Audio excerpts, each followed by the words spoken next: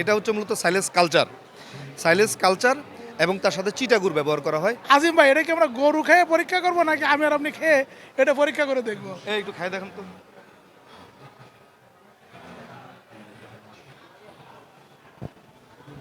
মানে আপনারে উনি বললো খেয়ে দেখতে আর আপনি খাওয়া শুরু করে দিলেন। অভিজ্ঞতা আছে ভাই, যেটা গরুতে খাইতে পারে সেটা মানুষও খাইতে পারবে। বিষয়টা হচ্ছে যে এটাতে কোনো নেগেটিভ ব্যাকটেরিয়া আছে কিনা এটা প্রমাণ করার জন্য আমি মানুষটা খাওয়াই দেখাই দিলাম যে মানুষ খাইছে কোনো সমস্যা হয় নাই, তাহলে গরুরও কোনো সমস্যা হবে না। তাহলে আমি কি আপনার সাইলেস খামারদের নিতে বলবো? আপনার খামারিদেরকে নিতে বলবেন। আমি শুধুমাত্র একটা কথা বলে দিব, আমার বস্তা যদি ফ্রেশ থাকে, ঠিক থাকে, আমার বস্তার কোনোখানে ছিঁড়ে নাই, ইঁদুরে কাটে নাই, কিন্তু সেই বস্তার ভিতরে সাইলেজ নষ্ট হয়েছে, সেটা দায়ভার আমার বস্তা ছিঁড়ে গেছে, ইঁদুরে কেটে ফেলছে, সেই সাইলেজ নষ্ট হয়েছে, সেটা দায়ভার আমার না। এবার আপনি সারা বাংলাদেশের সবাইকে নিতে বলেন, দায়ভার তো আমি নিলাম, সমস্যা কি? আপনাদের জায়গা আছে সাইলেজ করার মতো, কিন্তু আপনি সাইলেজ করতে জানেন না সেজন্য করতেছেন না, বা আপনার সময় নেই সেজন্য আপনি করতেছেন না, বা আপনি ভয় পাচ্ছেন সেজন্য আপনি করতেছেন না। আপনি গাজী সাইলেজের সাথে যোগাযোগ করেন, আপনার ল্যান্ড, এবং আমরা আমাদের সম্পূর্ণ টেকনোলজি দিয়ে আমরা আপনার সাথে কোলাবোরেশনে আপনার এখানে আমরা সাইলেজ করে দিব। আপনার যতটুকু দরকার আপনি নেবেন, বাকিটা আমরা নিয়ে আসবো। আর কেঁদো না বাংলার কৃষক, ফোটাও মুখে হাসি। বন্ধুরা, এখন আমি দাঁড়িয়ে আছি গাজী সাইলেসে। আসলে আমাদের ঘাসের বিকল্প সাইলেস, এই প্রচলনটা বেশ করোনার পরবর্তী বেশ খুব আকারে মানে ধারণ করেছে। প্রতিটা খামারি এখন সাইলেস নিজে তৈরি করে। অনেকের আছে সাইলেস নিজে তৈরি করার সুযোগ নেই, তারা সাইলেস ক্রয় করে গরু লালন পালন করে, এবং অনেকে ভালো সাইলেস বিক্রি করে ভালোও করছে। তো আমরা আজকে আসছি গাজী সাইলেসে। দেখতে পাচ্ছেন গাজী সাইলেস, বা এটা ছোটো দাঁড়ানটা দেখতে দেন। এই যে গাজী সাইলেস, তা এই গাজী সাইলেসটা তৈরি করছে কে? তৈরি করছে আমারই সাগরেদ, এই আজিম মেহেদি। তা আজিম ভাই, এটা কি আমরা গরু খেয়ে পরীক্ষা করবো নাকি আমি আর আপনি খেয়ে এটা পরীক্ষা করে দেখবো? এই একটু খাই দেখেন তো।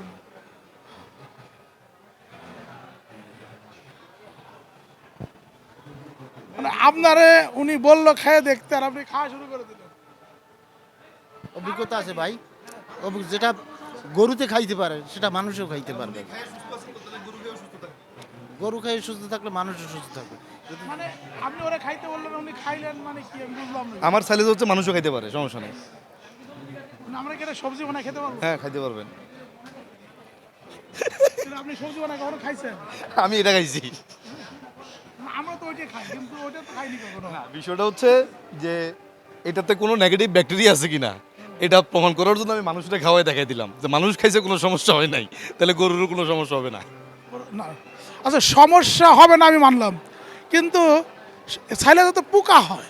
সাইলেজে পোকা কেন হয় আগে এটা জানতে হবে, ঠিক আছে? সাইলেজের মেইন ঘটনা যেটা, সেটা হচ্ছে এটা হচ্ছে এয়ার টাইট থাকতে হবে, এটার ভিতরে যেন বাতাস না লাগে। সাইলেজের প্রধান শত্রু হচ্ছে বাতাস এবং পানি। আমার এই বস্তাটা এখন পরিপূর্ণ ঠিকঠাক আছে, এখন বস্তাটা যদি দিতে ছিঁড়ে যায় তাহলে এখানে বাতাস লাগবে, ওই জায়গাটা আস্তে আস্তে কালো হয়ে যাবে সাইলেজ, সেখানে পোকা ধরবে। এখন অনেকে দেখে যে সাইলেজটা পাঠানোর পরে বস্তা তো ঠিক আছে, তার মানে কোনো সমস্যা নেই, কিন্তু কিছুদিন পরে পোকা ধরছে, তাহলে কি হয়েছে ঘটনাটা হচ্ছে আমরা যখন সাইলেজটা ট্রান্সপোর্ট করি, গাড়িটা যখন লোড দেই, একটা গাড়িতে কিন্তু 14 টন 15 টন লোড করি আমরা, ওইটা কিন্তু রশিটা 5-6 জন টেনে গাড়ির সাথে বাঁধে, টাইট করে বাঁধতে হয়। তখন ওই রশির নিচে যে বস্তাগুলো থাকে, ওই বস্তাগুলোর ভিতরে যে পলিটা থাকে আমাদের, এই পলিটা ফেটে যায়। এটা 8 থেকে 10টা বস্তা এরকম রশির নিচে থাকে। ফেটে যাওয়ার কারণে আপনি কিন্তু উপর থেকে বস্তার কিন্তু কিছু হয় না, বস্তা কিন্তু আপনি দেখতেছেন সব কিছু ঠিক আছে, কিন্তু ভিতরে পলিটা ফেটে গেছে। তখনই সেখানে বাতাস লাগছে, আস্তে আস্তে সেই স্যালেজটা নষ্ট হয়েছে এবং পোকা ধরে গেছে। আবার অনেকে কিন্তু বলে যে সাইলেজের বস্তার নিচে পানি পাওয়া যায়, ওজন বৃদ্ধি করতে। এটা হচ্ছে প্রধান কারণ, হচ্ছে সাইলেজের এই ভুট্টা কর্ন মিল্কিং স্টেজ যেটাকে বলে। আপনার কাছে কি মনে হয় এটা প্রপার মিল্কিং স্টেজ? মিল্কিং স্টেজের 3টে স্তর থাকে, ঠিক আছে? এটাও আরও 8 থেকে 10 দিন পরে সে প্রপার মিল্কিং স্টেজে আসবে, ঠিক আছে? তো আমাদের দেশে এইটাও না, এর আগে ভুট্টা আমরা হারভেস্ট করে ফেলি অনেকে নতুন সিজন ধরার জন্য, নতুন সাইলেজটা মানুষকে খাওয়ানোর জন্য, ঠিক? এটার মধ্যে পানির মাত্রা থাকে বেশি। আর এটা দেখেন এখনও কিন্তু পানির মাত্রা অনেক কমে গেছে, এটা আর 10-15 দিন পর আরও কমে যাবে, ঠিক আছে? তো ওই সময় যদি আপনি প্রপার মিল্কিং স্টেজ যদি আপনি মেনটেন করেন, তাহলে আপনার খামারে কখনোই এই সাইলেজে মানে পানি ঝরার কথা না। এটার জন্য আমরা আগে যে কাজটা করতাম, রংপুরে প্রচুর কুয়াশা হইতো, আমরা সকাল থেকে দুপুর পর্যন্ত হারভেস্ট করতাম, দুপুরের পর থেকে চপিং করতাম ময়েশ্চার কন্ট্রোল করার জন্য। কিন্তু বর্তমানে এসে দেখি আমাদের সেই প্রসিডিউরটা ছিল ভুল, ওইটাতেও হবে না। সাইলেজ যত দ্রুত সম্ভব হারভেস্ট করার পরে যতটুকু সম্ভব কম সময়ে তাকে এয়ারটাইট করে ফেলতে হবে। ঠিক আছে, আমরা যে ওই ময়েশ্চার কন্ট্রোল করার জন্য যে রোদে শুকাই, এটাতে আমার পুষ্টিগুণ নষ্ট হয়। ঠিক আছে, তার মানে হচ্ছে প্রপার মিল্কিং স্টেজ যদি মেনটেন করা হয় তাহলে সাইলেজে এমনিতেই পানি হবে না। সাইলেজের ভিতরে কি শুধু এই ভুট্টার গাছপালা এগুলো দিচ্ছেন না আরো কিছু মিক্স করছেন? এখানে কিছু বিষয় আছে, যেমন মনে করেন যে এটা হচ্ছে আমার পিট সাইলেজ। পিট সাইলেজটা আমরা হচ্ছে বছরের একটা সময়ে সারা বছরের জন্য মজুত করি। যেমন মনে করেন যে আমরা জানি ফেব্রুয়ারি থেকে মে জুন পর্যন্ত হচ্ছে আমাদের সাইলেজের পারফেক্ট সিজন, এই সময় আমাদের প্রচুর ফলন থাকে। কিন্তু জুলাই থেকে শুরু করে নভেম্বর ডিসেম্বর পর্যন্ত আমরা অফ সিজনে থাকি, আমাদের পরিপূর্ণ প্রোডাকশন শুরু দিতে ফেব্রুয়ারি মাস লাগে। এই সময়টা মার্কেটটাকে ব্যাকআপ দেওয়ার জন্য আমরা যে সাইলেজটা মজুত করি সেটাকে বলে পিট সাইলেজ। ঠিক আছে, আর এই পিট সাইলেজটাকে মান ঠিক করার জন্য আমরা যেটাকে ব্যবহার করি, একটু বোতলে দেন, এটা হচ্ছে দেখতে মোজো বা কোকের মতো লাগে আর কি, অনেকে ভুল করে খেয়ে ফেলবে। এটা হচ্ছে মূলত সাইলেজ কালচার, সাইলেজ কালচার এবং তার সাথে চিটাগুড় ব্যবহার করা হয় ওই পিট সাইলেজ। অনেকে বলে যে আপনার বস্তা সাইলেজ যদি 11 টাকা হয়, পিট সাইলেজ কেন 12 টাকা? তার কারণ হচ্ছে পিট সাইলেজ আসলে খরচ অনেক বেশি। একটা পিট যদি তৈরি করতে হয়, একটা পিটের মধ্যেই আপনার প্রায় 1 থেকে 1.5 কোটি টাকা ইনভেস্ট করতে হয়। এরকম 8টা-10টা পিট লাগে। একটা পিট সাইলেজ তৈরি করতে হলে, ওই প্রজেক্ট করতে হলে একজন মানুষকে, ইনভেস্টরকে প্রায় 10-12 কোটি টাকা বাইরে থেকে ইনভেস্টমেন্ট নিয়ে আসা লাগে, যেটার জন্য এইখানে একটু দামটা বেড়ে যায়। ঠিক আছে, আমরা কিন্তু সবাই বুঝি এখানে স্টক রাখার জন্য, সব কিছুর জন্য, পরিবহন থেকে শুরু করে সব কিছুর জন্যই আসলে খরচটা এখানে একটু বেশি পিট সাইলেজে। কিন্তু আমরা পিট সাইলেজে আমরা সারা বছর বলি আপনারা রানিং সাইলেজ খাওয়াবেন। এই যে আমাদের কাছে কিন্তু অনেকে রিপোর্ট করে যে সাইলেজ খাওয়ালে গরুর পেটে সমস্যা হয়, কখনো কখনো ওই যে পাতলা পায়খানা, ওর কখনো কখনো কষা হয়ে যায়। আমার সায়েন্স যেটা বলে, আমার সায়েন্স বললে ভুল হবে, এটা হচ্ছে বাংলাদেশ কৃষি ইউনিভার্সিটি আমারই একজন মেন্টর প্রফেসর জুয়েনা ম্যাডাম আমাকে যে কথাটা বলতে, সেটা হচ্ছে যে এই জিনিসটা গরুর সামনে দিবেন। এখানে অনেক খামারি ভাই আছে, আমার সবার কথাতে বলতেছি, যে জিনিসটা গরুর সামনে দেওয়া হবে এবং গরু গ্রান নিয়ে নিজের ইচ্ছায় খাবে, সেটা যদি বিষ হয় গরুর কিছু হবে না। এটা হচ্ছে গরুর, আল্লাপাক গরুকে সেটা বুঝার মানে ক্ষমতা আল্লাপাক গরুকে দিয়ে দিচ্ছে।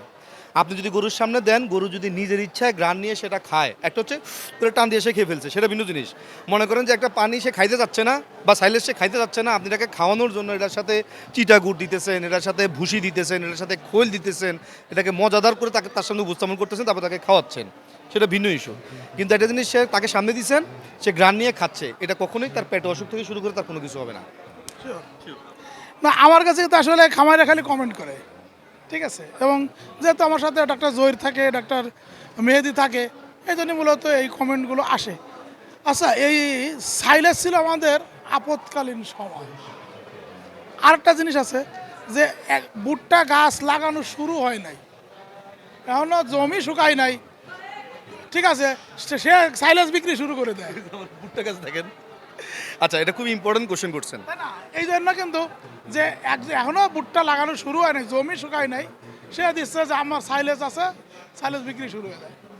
এটা আপনি কি বলেন? এটা হচ্ছে প্রথমে বলি, আপনি বলছেন এটা আপৎকালীন সময়ের খাবার, ঠিক আছে। আপনার সাথে কিন্তু আমার এই খামারিদের সাথে মেলামেশা শুরু, আপনি আমার উস্তাদ, ঠিক আছে। আমরা আসলে যতজন খামারির কাছে এই পর্যন্ত গেছি বা যাই, কত পার্সেন্ট খামারি আসলে ঘাসের যোগান রেডি করে খামার করছে? আমরা কিন্তু ম্যাক্সিমামই করে নাই, ম্যাক্সিমামই করে একটা গাভী যদি পালতে হয় তাকে 10 থেকে 12% জমির ঘাস লাগবে, একটা ষাঁড় গরু পালতে হলে তাকে 5 থেকে 8% জমির ঘাস লাগবে।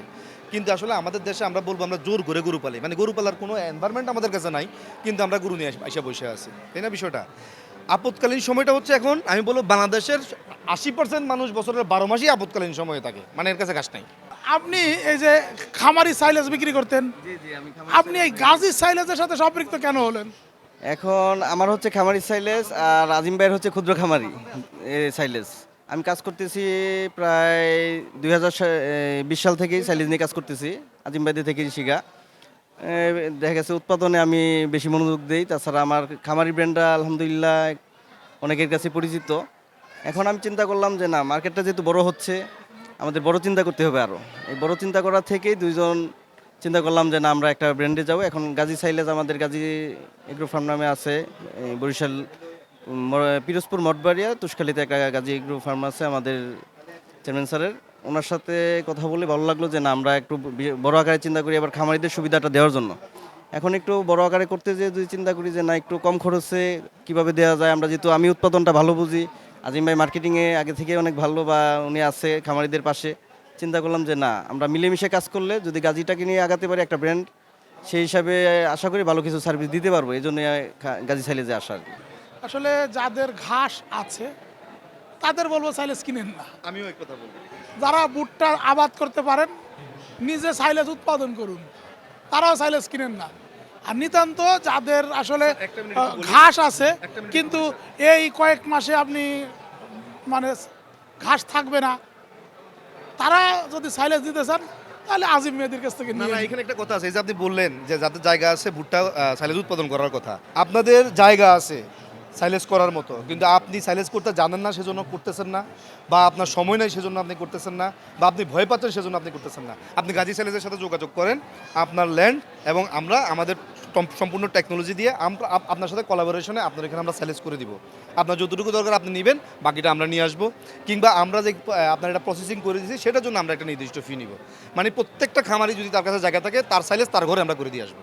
মাশাল্লাহ, এই যে একজন পাইলেন মোটামুটি প্রশিক্ষণও দেবে এবং সাইলেজ করে দেবে।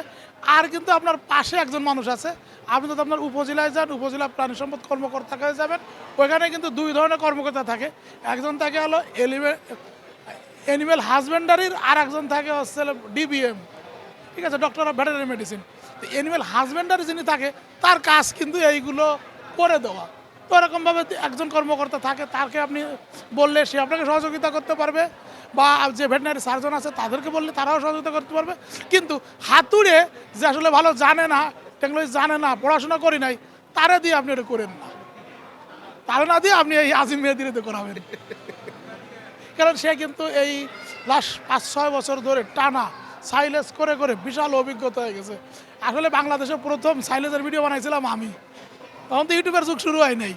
হ্যাঁ, ডাক্তার নুরুল আমিন স্যার প্রথম সাইলেজের এইটা নিয়ে আসে, কিন্তু আজকে ধরুন আমার থেকে আজিম ভাই অনেক ভালো জানে। এই ভিডিওটার সাথে কিন্তু আজিম মেহেদির মোবাইল নাম্বারটা আমি লিখে দেবো, আপনারা সরাসরি আজিম ভাইয়ের সাথে কথা বলবেন সাইলেজ নিয়ে যে কোনো সমস্যা। কারণ আপনি সাইলেজ করতে চান, আপনার সাইলেজের সমস্যা হচ্ছে, অথবা সাইলেজ অন্য কারো কাছ থেকে সাইলেজ নিছেন, সেই সাইলেজ সংরক্ষণের জন্য আজিম ভাইয়ের সাথে কথা বলবেন। সে কিন্তু একটু বেশ, কেউ কথা বললে খুব খুশি হয়। আর সর্বশেষ আর একটা কথা, যদি কেউ সাইলেজ কিনতে চান আজিম ভাইয়ের কাছ থেকে একটু কিনে দেখেন কেমন হয়। খারাপ হলে তো আছে আজিম ভাই, মোবাইল নাম্বার দেওয়া থাকবে। তোমরা দেশের আসল নায়ক, বলবে বিশ্ববাসী।